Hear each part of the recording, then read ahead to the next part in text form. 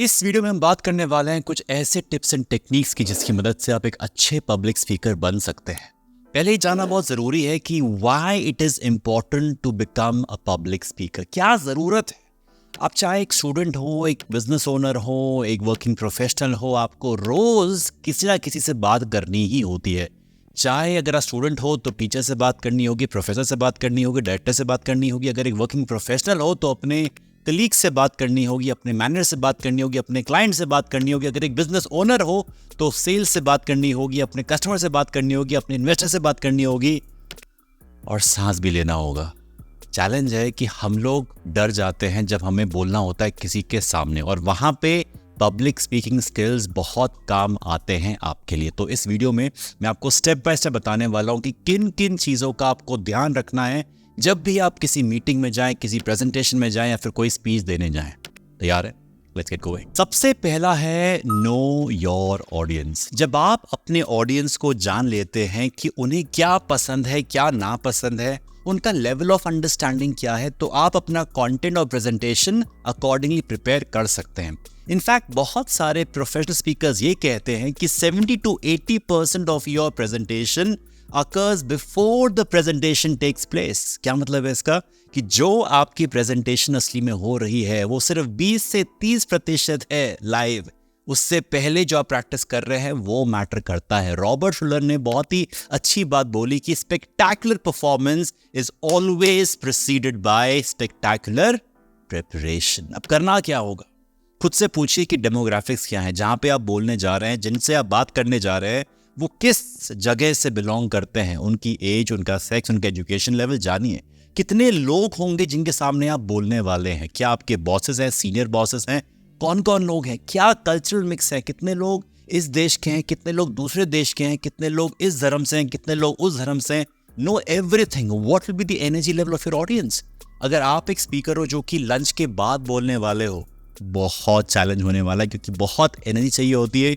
क्योंकि लोग खाना पीना करने के बाद पेट फुला के बैठ जाते हैं कि अब ये स्पीकर बोलेगा, and you are like, oh my god, क्या होगा? But if you are someone who is supposed to open the stage, open the event, open the presentation, the first speaker अगर आप हैं, तो आपका एक डिफरेंट अप्रोच होता है to start with the bang. खुद से पूछिए कि आप जो स्पीच देने वाले हैं, आप जो प्रेजेंटेशन देने वाले हैं, कोई ऐसा अनपॉपुलर टॉपिक है कि सपोज कंपनी लॉस में जा रही है, या फिर किसी को फायर करना है, या फिर कुछ भी है, you have to share a bad news. Audience expectations क्या है आपसे, और आप कैसे उन एक्सपेक्टेशंस को मीट करने वाले हो, ये बहुत ज़रूरी है जानना। Do your preparation and then go है। सेकेंड वे है प्रैक्टिस। अब प्रैक्टिस एक ऐसी चीज़ है जो कि एक स्पोर्ट्स पर्सन वर्ल्ड कप हो या ओलंपिक्स हो, करता ही करता है। ऐसा नहीं है कि अरे 4 साल बाद है तो अभी क्या करना फ़ायदा। आपकी मीटिंग हो, प्रेजेंटेशन हो, 1 महीने बाद हो, 1 हफ्ते बाद हो, आज से प्रैक्टिस करना शुरू करो। बहुत ज़रूरी है। कैसे करोगे प्रैक्टिस? रिकॉर्ड करना है। शीशे के सामने प्रैक्टिस नहीं करना है। रिपीट आफ्टर मी, शीशे के सामने प्रैक्टिस नहीं करना है। Record in front of a mobile phone. ठीक है?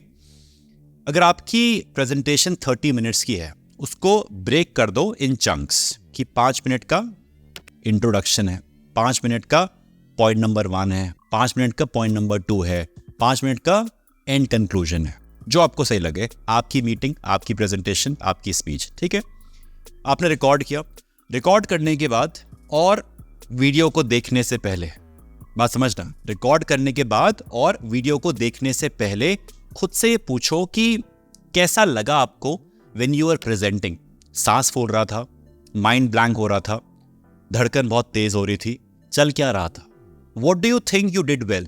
कुछ अच्छे पार्ट्स भी होंगे कि दिवस जब मैंने रिकॉर्ड करना शुरू किया ना, तो मेरा फ्लो बैठ गया था, मेरा इंट्रो काफ़ी अच्छा आया था, मेरी जो फर्स्ट लाइन काफ़ी अच्छी आई थी, फिर मैं थोड़ा सा डगमग हो गया। तो ये पूछो अपने आप से कि is there anything that you wish you did better? हो सकता है कि आपको लगे कि मुझे ओवरऑल थोड़ा सा मैं अपने आप को स्टिफ महसूस कर रहा था। That is all before you watch the video. ठीक है? अब अपना फोन उठाओ और वीडियो को देखो। लिखो कि कौन सी चीज आपने अच्छी करी, कौन सी चीज ऐसी थी जो आपको डिस्ट्रैक्ट कर रही थी। Are there any points when your attention went here and there? होता है ना कई बार कि हमारा फोकस टूट जाता है, हमें वो सही वर्ड्स नहीं मिलते, so just take note of it. जज नहीं करना है, बुरा फील नहीं करना है कि हाँ क्या हो रहा है मेरे साथ, सिर्फ लिखना है कि हाँ ये चैलेंजेस आ रहे हैं. अब एनालाइज करो अपनी वर्बल और नॉन वर्बल प्रेजेंटेशन को इंडिपेंडेंटली. क्या मतलब है? आपने रिकॉर्ड कर लिया, देखो वीडियो को, ऑडियो को ऑफ कर दो, ठीक है, सिर्फ वीडियो को देखो म्यूट पर, और देखो आपके हाव भाव कैसे हैं, आपका पोस्चर कैसा है, आपकी आई मूवमेंट्स कैसी हैं, आपकी बॉडी कितना हिलडुल रही है, आपके हाथ कैसे जा रहे हैं, आपका आई कॉन्टैक्ट, आपका ओवरऑल जेस्चर्स कैसे, एक्सप्रेशंस कैसे हैं, बहुत ही ब्लैंक फेस तो नहीं आ रहा है. Look at all those things and then audio को ऑन करो और सिर्फ ऑडियो को सुनो. देखना नहीं है, सिर्फ सुनना है कि कैसे बोल रहे हो. आंखें बंद कर लो और नोटिस योर वर्बल डिलीवरी. आपकी आवाज़ कैसी थी, आपकी वॉल्यूम कैसी थी, क्या आप स्पष्ट बोल रहे थे या नहीं बोल रहे थे, आपकी स्पीड कितनी थी, फास्ट थी, स्लो थी, did you bring in variations जहाँ पे ज़रूरत थी, क्या आपने वॉल्यूम को ऊपर नीचे किया जहाँ ज़रूरत थी, क्या आपने कुछ शब्द बार बार रिपीट करे जहाँ पे ज़रूरत नहीं थी, कुछ ऐसे वर्ड्स थे जो कि आपको यूज़ नहीं करने चाहिए थे, आपने यूज़ किए. Keep a track of everything. ये जो रिकॉर्डिंग थी उसको सिर्फ आपने सुना है. आया समझ? तीसरा पॉइंट है यूज विजुअल एड्स. क्या आपको पता है कि हमारा ब्रेन विजुअल इंफॉर्मेशन को टेक्स्ट से 60,000 टाइम्स फास्ट प्रोसेस करता है ना अमेजिंग? इसके लिए हमें अपनी प्रेजेंटेशन में विजुअल एड्स को ऐड करना चाहिए.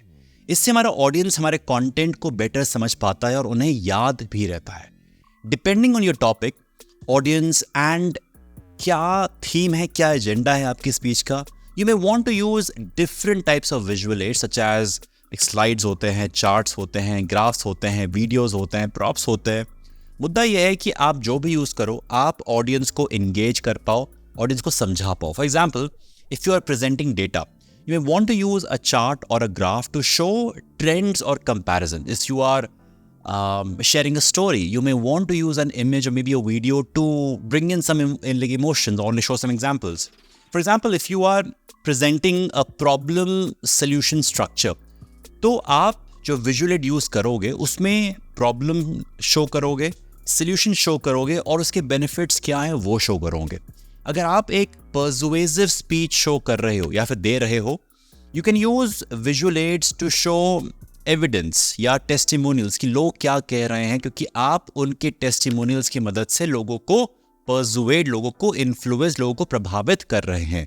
And if you are presenting a humorous speech, then you can use visual aids जहाँ पे थोड़ा सा देख के लिए फनी चीज़ें हों या थोड़ा सा एक ह्यूमर आए, थोड़ा सा मज़ा आए देख के. ये है आखिरी पॉइंट जहाँ पे फाइनली जब आप प्रेजेंटेशन दे रहे हो, स्पीच दे रहे हो, उस समय क्या चल रहा है.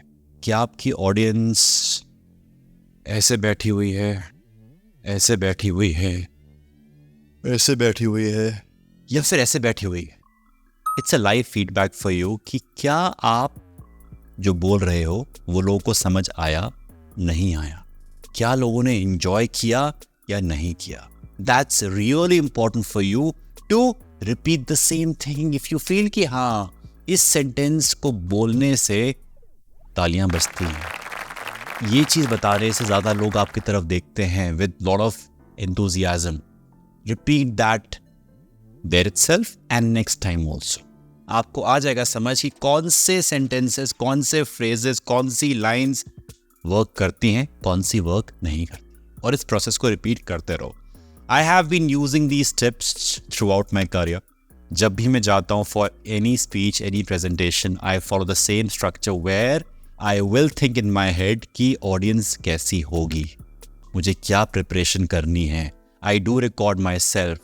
अब प्रैक्टिस इतनी हो चुकी है कि कुछ स्पीचेस तो मैं बिना प्रिपरेशन के दे आता हूँ. अगर कुछ नया चीज़ होगा उसके लिए प्रोसेस सेम होता है कि if I have to design a PPT also, तो प्रेजेंटेशन के लिए कैसे कैसे विजुअल एड्स यूज़ कर सकता हूँ डिपेंडिंग अपॉन क्या स्पीच देनी है. I request everyone who is watching me to work on your public speaking skills, because opportunities बहुत मिलती हैं. आप बहुत ही मेहनती हो सकते हो, हार्ड वर्किंग हो सकते हो, लेकिन जो शख्स अच्छा बोलता है अच्छे से प्रेजेंट करता है उसको चांस मिलती है। Visibility is the key to go ahead in your career. On this note, I'll see you in the next video. Till then, stay awesome, stay productive.